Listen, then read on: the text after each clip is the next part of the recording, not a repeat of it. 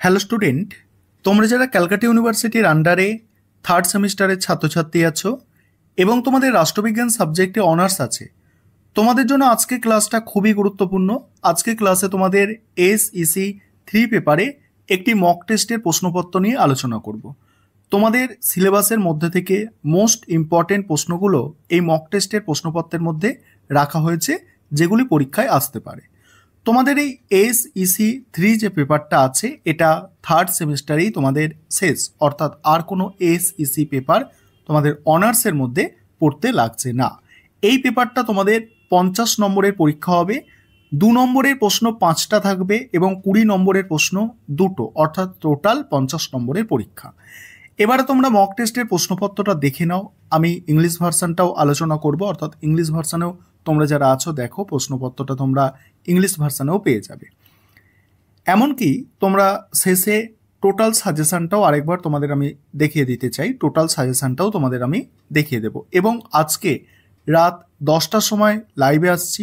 তোমাদের আগের পরীক্ষাগুলোর সময় যেভাবে আমি লাইভে তোমাদের ডিসকাস করেছি, আজকেও তোমাদের আমি লাইভ ক্লাসে ডিসকাস করব।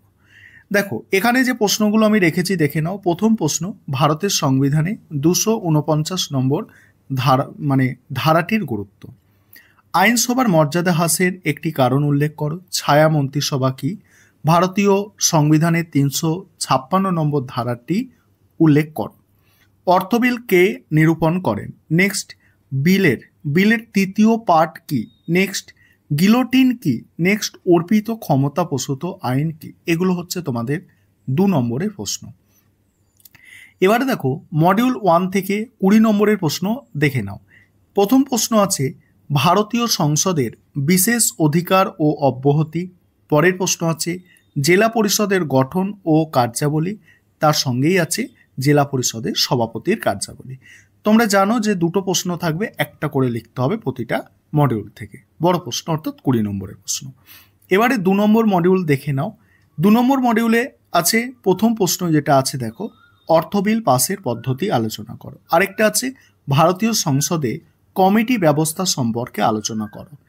এবার তোমরা যারা ইংলিশ ভার্সনের স্টুডেন্ট আছো দেখে নাও, ইংলিশ ভার্সনের স্টুডেন্ট তোমরা দেখে নাও। আমি কোশ্চেন পেপারটা আমি স্ক্রল করে যাচ্ছি, দেখে নাও। এবার তোমাদের আমি ফুল যে সাজেশনটা আছে একবার আমি দেখিয়ে দেবো। আরও একবার তোমরা সাজেশনটা দেখে নাও এবং কোনগুলো মোস্ট ইম্পর্টেন্ট আছে একটু বুঝে নাও। এবার তোমরা ফুল সাজেশনটা একবার দেখে নাও, আমি একবার তোমাদের দেখিয়ে দিচ্ছি। মডিউল 1 দেখো, এটা হচ্ছে সিলেবাস। এই যে পার্টটা আছে এটা সিলেবাস।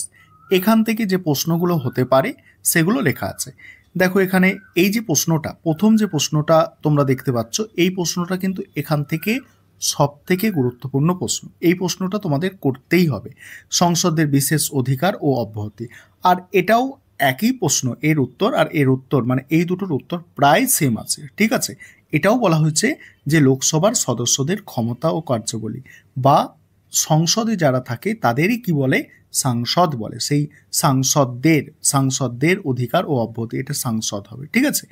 পরের প্রশ্ন যেমন আছে, ভারতের কেন্দ্রীয় আইনসভার গঠন কার্যাবলী। এই প্রশ্নটা মানে খুব একটা যে গুরুত্বপূর্ণ তা নয়, কারণ হচ্ছে এটা HS লেভেলের প্রশ্ন যদি খুব ইজি হয় তাহলে এটা লিখতে দেবে। সেক্ষেত্রে লোকসভা রাজ্যসভার গঠন এবং কার্যাবলীটা উত্তরে তোমাদের উল্লেখ করতে হবে।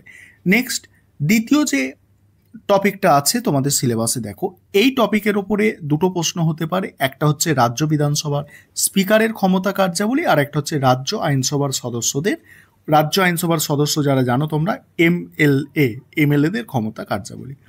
এবারে 3 নম্বর যে টপিকটা আছে দেখো, 3 নম্বর টপিকের প্রথম প্রশ্ন, জেলা পরিষদের গঠন কার্যাবলী এবং জেলা পরিষদের সভাপতির কার্যাবলী। মোস্ট ইম্পর্টেন্ট প্রশ্ন, এটা তোমরা মক টেস্টের প্রশ্নপত্রে দেখে নিলে।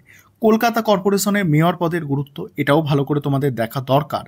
পরের প্রশ্ন দেখো, পরের প্রশ্ন আছে, পঞ্চায়েত সমিতির গঠন ও কার্যাবলী। নেক্সট আছে দেখো, পশ্চিমবঙ্গের পৌরসভার ক্ষমতা ও কার্যাবলী। পরের প্রশ্ন, এবার মডিউল 2 থেকে দেখো, মডিউল 2 এটা হচ্ছে তোমাদের সিলেবাস। এই পার্টটা হচ্ছে সিলেবাসের পার্ট। এখান থেকে দেখো, অর্থবিল পাসের পদ্ধতি মোস্ট ইম্পর্টেন্ট, এটাও ভালো করে করবে। ভারতে নিয়ন্ত্রক ও মহাগণনা পরীক্ষকের কার্যাবলী। একটি বিল কিভাবে আইনে পরিণত হয়, বিল ও আইনের মধ্যে পার্থক্য। 5 নম্বর টপিক থেকে 5 নম্বর যে সিলেবাসের টপিক, সেখান থেকে ভারতীয় সংসদে কমিটি ব্যবস্থা মোস্ট ইম্পর্টেন্ট, সরকারি হিসাব কমিটির গঠন কার্যাবলী। তারপরে তোমাদের দেখো এখানে গেল সরকারি হিসাব কমিটির গঠন কার্যাবলী। এবার 6 নম্বর টপিক অর্থাৎ শেষ যে টপিক, একটি বিল পর্যালোচনায় স্থায়ী কমিটির ভূমিকা। এটা তো মোস্ট ইম্পর্টেন্ট এখান থেকে, এবং এখান থেকে এই প্রশ্নটা তোমরা পারলে একটু দেখে রাখতে পারো। এবার তোমরা যারা ইংলিশ ভার্সনের স্টুডেন্ট আছো তোমরা দেখে নাও, আর 10টার সময় আমি লাইভে আসছি, তোমাদের সঙ্গে লাইভ ক্লাসে কথা হবে এবং তোমাদের আমি আরও কিছু গুরুত্বপূর্ণ বিষয়গুলো তখন আলোচনা করব।